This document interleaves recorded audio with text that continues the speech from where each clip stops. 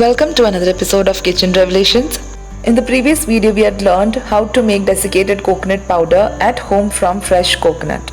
So all those who have not viewed that video, please do watch it out and share your feedback.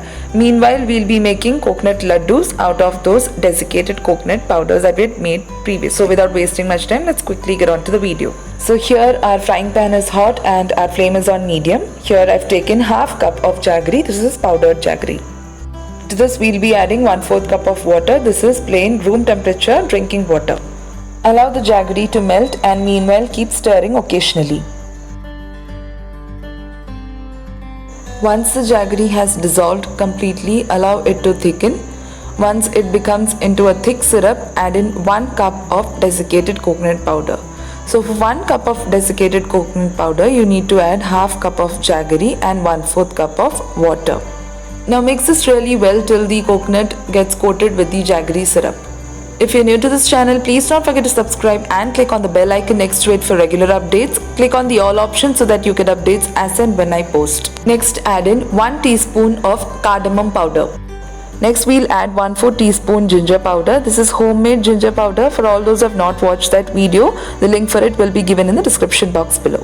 Next, add in dry fruits of your choice. I've added half cup of pista and half cup of cashews chopped. Please note that we had switched off the flame once the coconut got coated with the jaggery syrup, else it will harden and you will not be able to form ladoo shapes.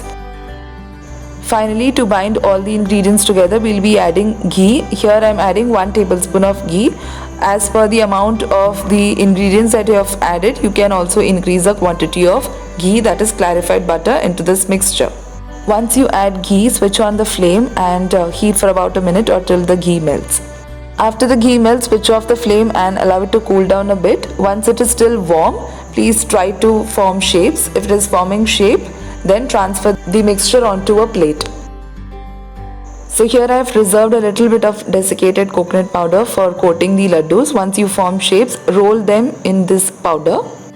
These ladoos will stay fresh for about a week if you store them in an airtight container outside the refrigerator, and for about a month if you store inside the refrigerator.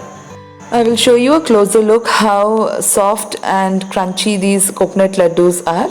These nutritious ladoos are crunchy outside and soft and nutty inside.